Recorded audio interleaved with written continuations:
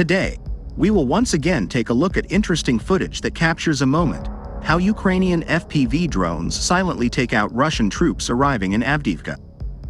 Walking through the drone operator's base, made up of buildings left standing amid the fierce fighting in a village near the town of Siversk in the eastern region of Donetsk. A soldier using the war name, Kucheryaviy, an ironic play on his shaved head, talks media through exactly how much explosive is required to take out an armored vehicle with a bomber drone.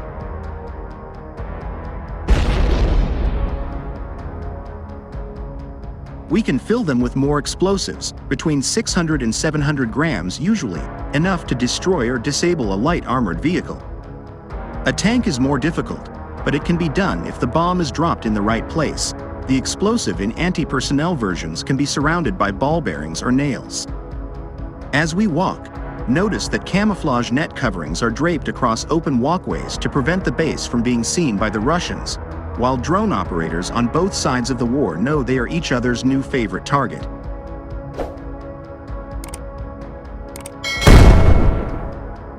As Ukrainian and Russian forces have fought themselves to a grinding but bloody stalemate along most of the 600 miles of front lines, attention has increasingly shifted to the skies, with missiles, drones, air defense systems and planes raining death down from above.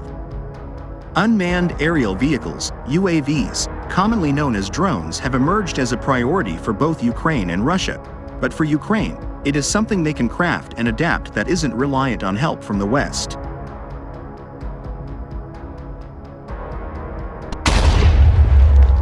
While for a country outnumbered and outgunned by a far larger enemy, it is this innovation that is key to Kyiv surprising Vladimir Putin's forces by conducting various drone attacks on the front lines, using first-person view (FPV) drones.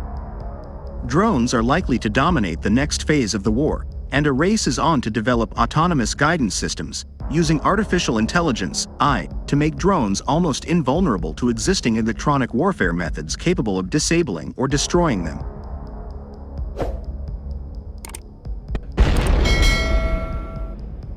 For now, Curly, who worked for 22 years in the IT industry before volunteering for military service the day after Putin's invasion began, works in what he calls his laboratory. But he experimenting with different types of explosive device that can either be released from expensive bomber drones, which can return intact after their mission, or strapped to suicide or kamikaze drones, which are destroyed when they smash into their targets.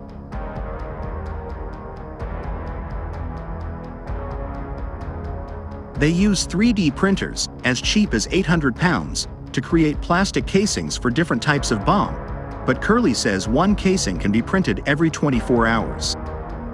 The drones can fly 12 to 13 kilometers, depending on how fast they are flown, the weight they carry, wind speed and direction, and the temperature. The colder it is, the slower it is, he explains. Much depends on the type of battery, and we have modified drones with an extra battery, but that makes them a bit heavier, so you're not doubling the flight distance. Because the 3D printed bombs have lighter casings than the metal ones, we can fill them with more explosives.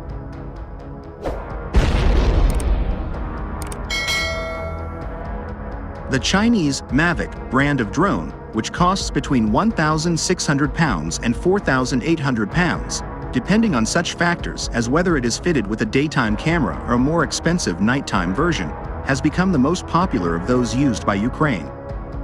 Curly explains that last year, the Chinese manufacturers, probably at the behest of their Kremlin friends, he believes introduced a tweak designed to prevent the drones from operating in Ukraine, but he says Ukrainian IT experts quickly found a way around that obstacle.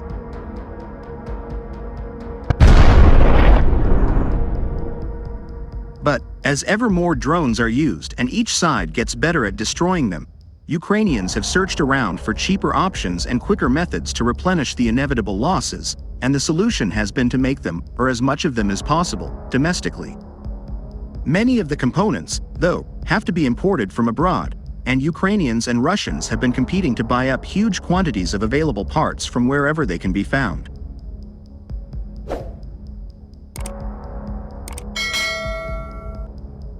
Currently at the forefront of the battle, Ukraine's military has released video footage that it says shows one of its soldiers managing to hold off the attacks of 10 Russian troops, whose commander shouts angrily at them for not pressing home their numerical advantage. The clip posted on the Telegram channel of Ukraine's 8th Separate Mountain Assault Battalion of the 10th Mountain Assault Brigade, also known as Edelweiss, lasts around 100 seconds.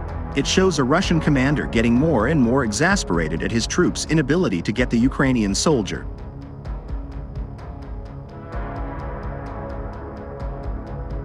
Intercepted communications show the Russian commander trying to control the situation. The Ukrainian soldier continues firing and throwing grenades at Russian troops as drones buzz overhead in a standoff in December.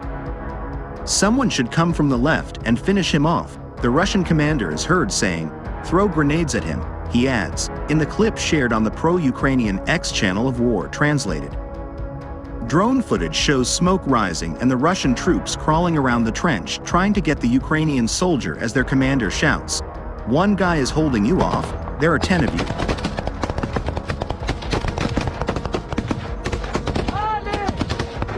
The Ukrainian brigade's Telegram post said that the battle ended with dead and injured Russian troops, who were methodically destroyed by artillery and drones.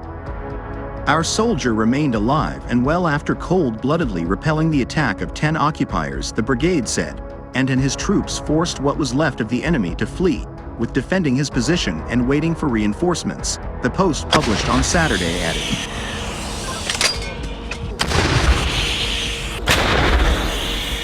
The brigade posted the video on the second anniversary of Vladimir Putin's full-scale invasion. "Today marks exactly 2 years of our tireless and courageous struggle against the sworn enemy. However, not only for freedom and the right to self-determination, but for the right to life. And this episode is only one out of 100, or perhaps 1,000 proofs of that," the brigade said. To mark the anniversary, Ukrainian President Volodymyr Zelensky said in a video address that any normal person wants the war to end, but none of us will allow our Ukraine to end.